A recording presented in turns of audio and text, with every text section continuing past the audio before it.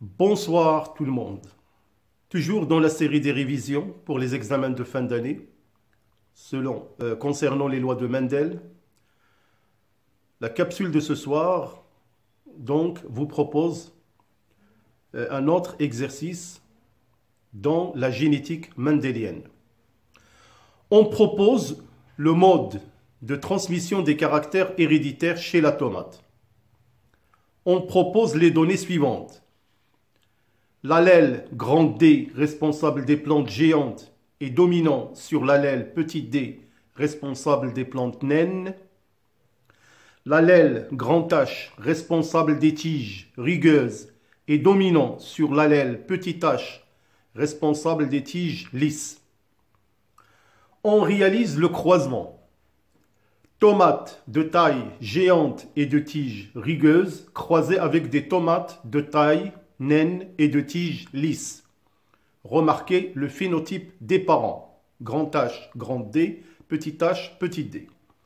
Alors ce croisement donne une génération F, composée comme suite. 118 plantes géantes avec tiges rugueuses, 121 plantes naines avec tiges lisses, 112 plantes naines avec tiges lisses, 109 plantes naines avec tiges rugueuses. Alors vous avez trois questions à traiter. Question numéro 1. En exploitant les résultats de ce croisement, déterminez le mode de transmission. Question numéro 2.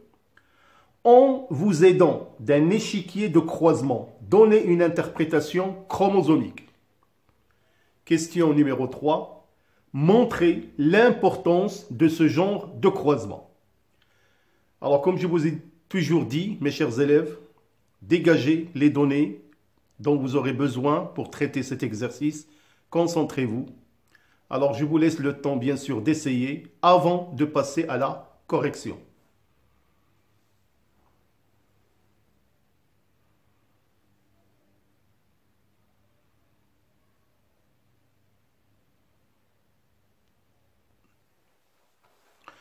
Alors, nous allons passer à la correction de l'exercice. Alors, pour la question numéro 1, en exploitant les résultats de ce croisement, déterminer le mode de transmission.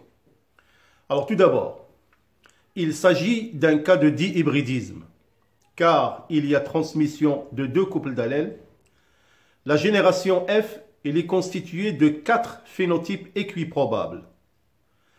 Alors, on trouve 25,65% de phénotype grand H grand D, 26,30% de phénotype petit h petit d et 24,34% de phénotype grand H petit d et 23,69% de phénotype petit h grand D. Alors notez, pour obtenir ces pourcentages, bien évidemment, vous allez prendre le nombre de chaque des individus. Par exemple, je prends les 118 plantes géantes avec tiges rugueuses, je multiplie par 100, je divise par le nombre total de tous les individus de la génération F, par exemple, pour obtenir les 25,65%. Et l'opération pratiquement est la même pour les restes. Donc, il y a eu ségrégation, c'est-à-dire séparation indépendante des deux gènes allèles. C'est-à-dire, on assiste au phénomène de brassage interchromosomique. Donc, on peut déduire que les gènes étudiés sont indépendants. Alors, nous allons traiter la question numéro 2. Alors, pour la question numéro 2, la tomate de taille naine et de tige lisse de phénotype petit h petit d est doublement récessif. Il est donc homozygote. Son génotype, comme vous pouvez le remarquer, donc les deux caractères sont portés sur deux gènes indépendants. Les résultats du croisement montrent que la tomate de taille géante et de tige rugueuse de phénotype grand H, grand D est doublement hétérozygote. Son génotype est représenté comme vous pouvez bien sûr le remarquer. Les deux caractères aussi sont portés par deux chromosomes. Alors maintenant, nous allons établir ces résultats sous forme d'un échiquier de croisement. Alors nous continuons, donc on va établir le phénotype des parents. Donc comme vous pouvez le remarquer, donc on a déjà expliqué comment on a établi le génotype des parents, puisque les deux couples d'allèles sont indépendants.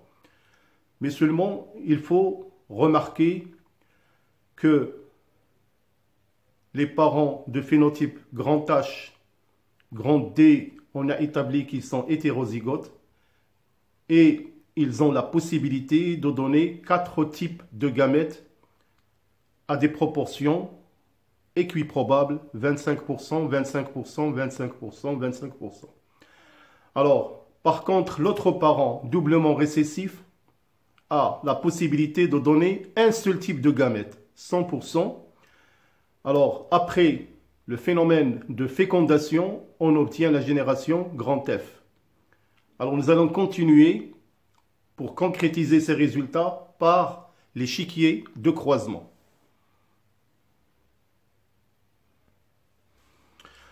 Alors, comme je vous ai dit, donc, on établit l'échiquier de croisement.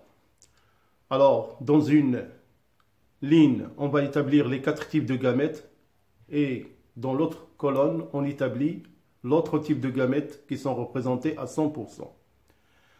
Alors, comme je vous ai dit, après le phénomène de fécondation, on va obtenir les phénotypes déjà cités, 25% grand H grand D, 25% grand H petit d, 25% petit h grand D et 25% petit h petit d.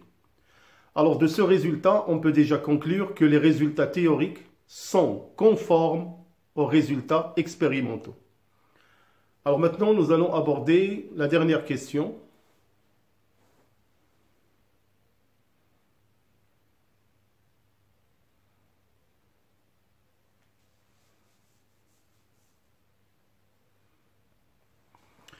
Alors pour la question numéro 3, on va montrer l'importance de ce genre de croisement. Bien évidemment, le croisement réalisé est un test cross, c'est-à-dire un double hétérozygote de phénotype grand H, grand D, croisé avec un double récessif petit h, petit d. Ce croisement permet de déterminer le génotype de l'individu testé ayant le phénotype dominant. Alors voilà mes chers élèves, un autre type, comme je vous ai dit, de croisement illustrant les lois de Mendel. Alors je tiens encore une fois à vous informer, si vous avez des suggestions et des remarques, je peux les recevoir, comme je l'ai annoncé dans une capsule précédente, le samedi et le dimanche. Donc si vous avez des commentaires, je suis ouvert et éventuellement on peut toujours discuter et proposer des solutions aux difficultés que vous affrontez. Encore une fois, je vous souhaite bon courage, portez-vous bien, bonne soirée et à bientôt.